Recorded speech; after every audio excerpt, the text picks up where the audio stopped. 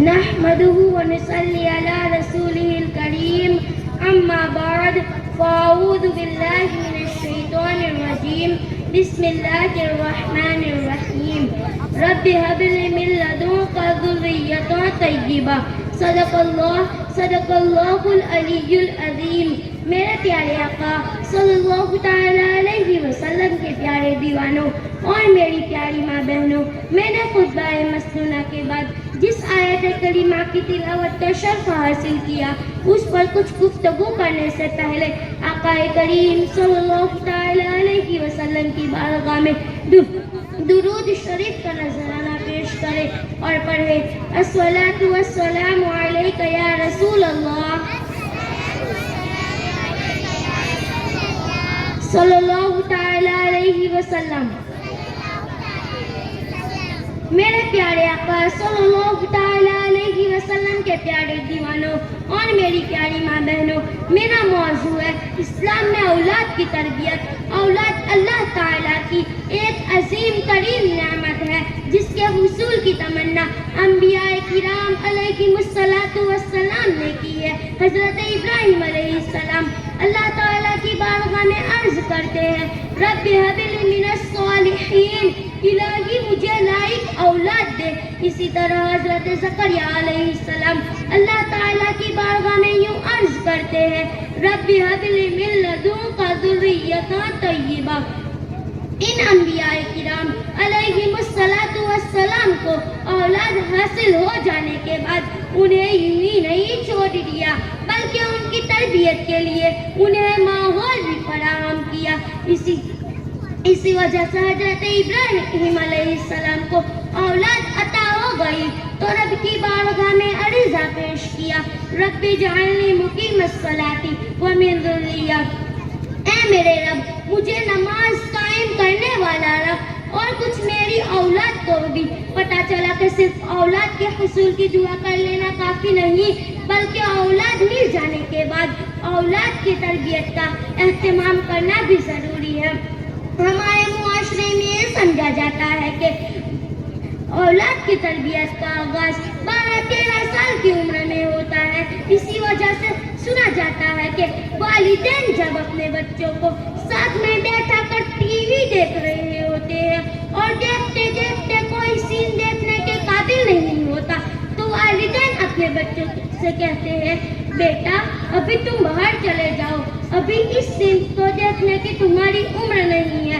میں پوچھنا چاہتی ہوں کہ کیا بڑے ہونے کے بعد اسے اس طرح کے سین دیکھنے کی اجازت ہوگی؟ حالانکہ بچے اپنی زندگی میں جو کچھ سیکھتے ہیں اکثر و بیشتر والدین کو دیکھ کر ہی سیکھتے ہیں. اسلام میں تربیت اولاد کا آغاز 12-13 سال کی عمر میں نہیں ہوتا بلکہ پیدائش سے پہلے ہی ہو جاتا ہے.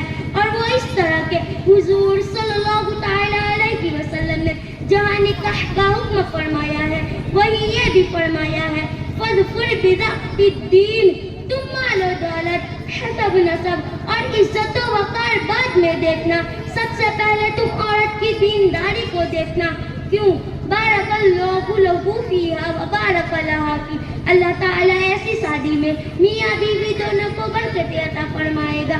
ہمیں دیندار عورت کے ساتھ نکاح کا حکم اس لیے دیا گیا ہے کہ اللہ کے رسول صلی اللہ تعالیٰ علیہ وسلم ہماری تربیت فرما رہے ہیں کہ اگر نکاح میں آنے والی عورت دیندار ہوگی تو گھر میں وہ حسین پیدا ہوگا جو نیزے کی نوک پر چڑھ کر قرآن سنائے گا. معاشرے کو غوث اعظم جیسا ولی کامل ملے گا، خواجہ معین الدین جیسا غریب نواز ملے گا، صلاح الدین ایوبی انور الدین جنگی جیسا جاباز ملے گا اور اعلیٰ حضرت جیسا عظیم علم کا کوہ ہمالیہ ملے گا. آپ حضور صلی اللہ تعالیٰ علیہ وسلم نے نئے قوم کے پھول اور کلیوں کی تربیت کے لیے والدین کو ہدایت فرمائی ما نحل والد ولدا من نحل افضل من ادب حسن کہ باپ اپنے بیٹے کو نیک آداب سکھانے سے بہتر کوئی چیز نہیں دیتا.